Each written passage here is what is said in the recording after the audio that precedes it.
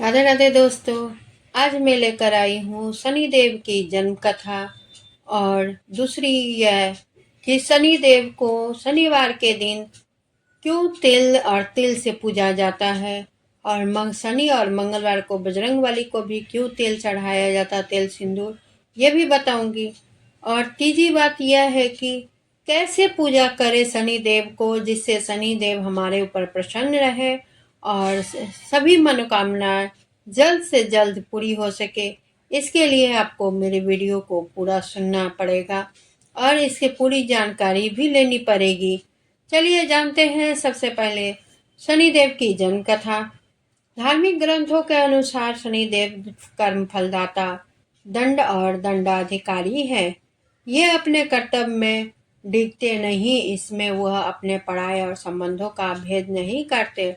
अच्छा कर्म करने पर व्यक्ति को वह निश्चित रूप से अच्छा फल देते हैं और बुरे कर्म करने पर निश्चित ही उन्हें दंड भी देते हैं। तो इसी तरह इसके अलावा ग्रह रूप में भी ये रंग को राजा और राजा को रंग भी बना देते हैं। पूजा पाठ भी अच्छा कार्य है। इसमें कोई व्यक्ति शनिदेव की पूजा रूप के अच्छा कार्य करता है तो शनिदेव उसको भी अच्छा फल देते हैं। इसके अलावा शनिदेव की जन्म कथा में उनके दायित्व और कर्तव्य के प्रति निष्ठा, इसके साथ ही लोगों से इनकी अपेक्षा का संकेत मिलता है। इसके अलावा शनिदेव के व्यक्तित्व के विकास की झलक मिलती है। भगवान शनिदेव की जन्म कथा का धार्मिक ग्रंथों में अलग अलग वर्णन मिलता है। कुछ ग्रंथों में शनिदेव का जन्म ज्येष्ठ माह की अमावस्या के दिन, तो कुछ ग्रंथों में शनिदेव का जन्म भाद्रपद शनि अमावस्या के दिन माना जाता है। वहीं कैलेंडर में अंतर से दक्षिण भारत में यह वैशाख अमावस्या के दिन ही मान लिया जाता है। एक कथा के अनुसार शनिदेव का जन्म ऋषि कश्यप के अभिभावकत्व यज्ञ से हुआ था, लेकिन स्कंद पुराण में शनिदेव के पिता का नाम सूर्य और माता का नाम छाया बताया जाता है। शनिदेव की माता का नाम संवर्णा भी बताया जाता है। इसमें क्या सच्चाई है, आइए बताते हैं। शनिदेव के जन्म की कहानी के अनुसार राजा दक्ष कन्या संज्ञा, कुछ जगहों में देव शिल्पी विश्वकर्मा का इनका पिता बताया जाता है, यानी संज्ञा के पिता का नाम देव शिल्पी विश्वकर्मा का नाम से जाना जाता है। का विवाह सूर्यदेव से हुआ था। संज्ञा का विवाह सूर्यदेव से हुआ था। संज्ञा सूर्यदेव के तेज से परेशान रहती थी। उसे वह सूर्यदेव की अग्नि से बचने का मार्ग तलाश रही थी। इस बीच दिन पर दिन बीते रहे थे। तब तक संज्ञा ने वैवस्वत, मनु, यमराज और यमुना नाम की 3 संतानों को जन्म दिया। एक दिन संज्ञा ने फैसला कर ही लिया कि वे तपस्या कर सूर्यदेव के तेज को सहने में सक्षम बनेगी, लेकिन बच्चों के पालन में भी कोई दिक्कत न आए, इसलिए सूर्यदेव को उनके फैसले की भनक न लगे। इसके लिए संज्ञा ने अपने तप से अपनी ही तरह की एक महिला को पैदा किया और उनका नाम सवर्णा रखा। यह संज्ञा की छाया की तरह थी, इसलिए इनका नाम छाया भी हुआ।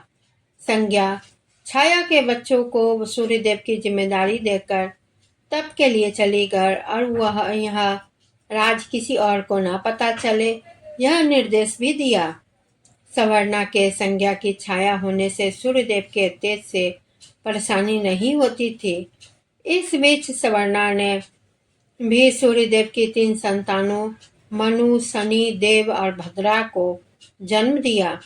कहा जाता है कि जब शनिदेव छाया के गर्भ में थे तो छाया भगवान शिव का कठोर तप करती थी। भूख, प्यास, धूप, गर्मी सहने के कारण उसका प्रभाव छाया के गर्भ में पल रही संतान यानी शनिदेव पर भी पड़ा। इसके कारण शनिदेव का जन्म हुआ तो उसका रंग काला दिखाई पड़ रहा था। यह रंग देखकर सूर्यदेव को लगा कि यह तो उनका पुत्र ही नहीं हो सकता। उन्होंने संदेह छाया पर संदेह करते हुए उन्हें अपमानित किया। माँ के तप की शक्ति शनिदेव में भी आ गई थी। माँ का अपमान देखकर उन्होंने क्रोधित होकर पिता सूर्यदेव को देखा तो सूर्यदेव काले पड़ गए और उनको कुष्ठ रोग हो गया।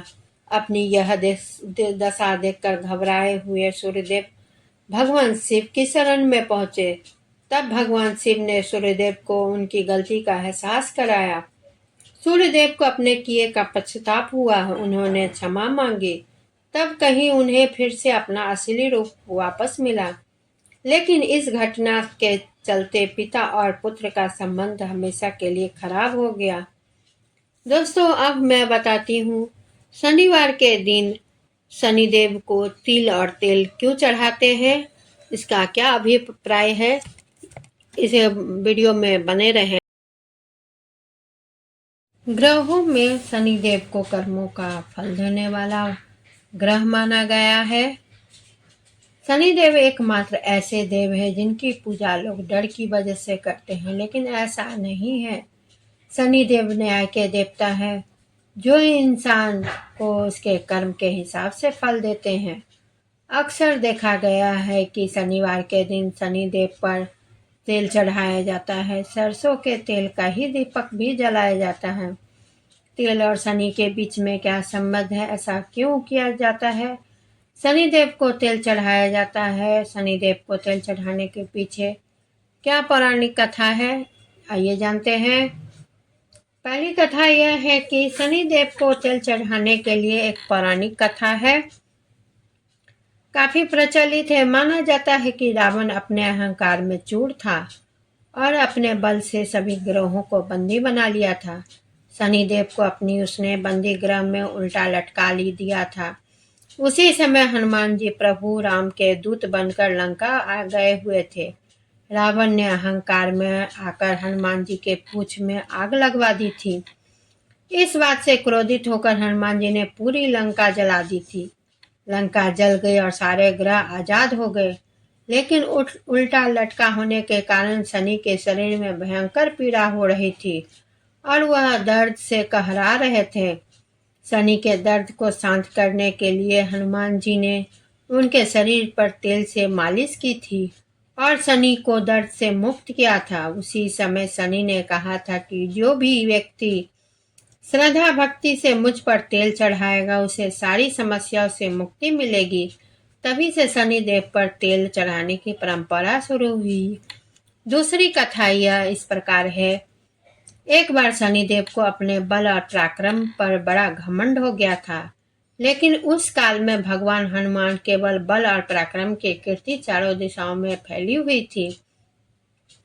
जब शनिदेव को भगवान हनुमान के बारे में पता चला तो भगवान हनुमान से युद्ध करने के लिए निकल पड़े। जब भगवान शनि हनुमान जी के पास पहुंचे तो देखा कि भगवान हनुमान एक शांत स्थान पर अपने स्वामी श्री राम की भक्ति में लीन बैठे थे। शनिदेव ने उन्हें देखते ही युद्ध के लिए ललकारा। जब भगवान हनुमान ने शनिदेव युद्ध की ललकार सुनी तो वह शनिदेव को समझाने पहुंचे, लेकिन शनिदेव ने एक बात न मानी और युद्ध के लिए अड़ गए। इसके बाद भगवान हनुमान और शनिदेव के बीच घमासान युद्ध हुई। युद्ध में शनिदेव भगवान हनुमान से बुरी तरह हार कर घायल हो गए, जिसके कारण उनके शरीर में पीड़ा होने लगी। इसके बाद भगवान ने शनिदेव को तेल लगाने के लिए दिया, जिससे पूरा दर्द गायब हो गया।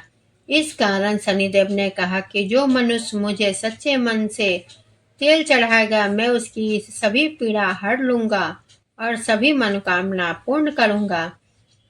इसी कारण से शनिदेव को तेल चढ़ाने की परंपरा शुरू हुई और शनिवार के दिन शनिदेव का होता है और इस दिन शनिदेव पर तेल चढ़ाने से जल्द ही मनोकामना पूर्ण होती है।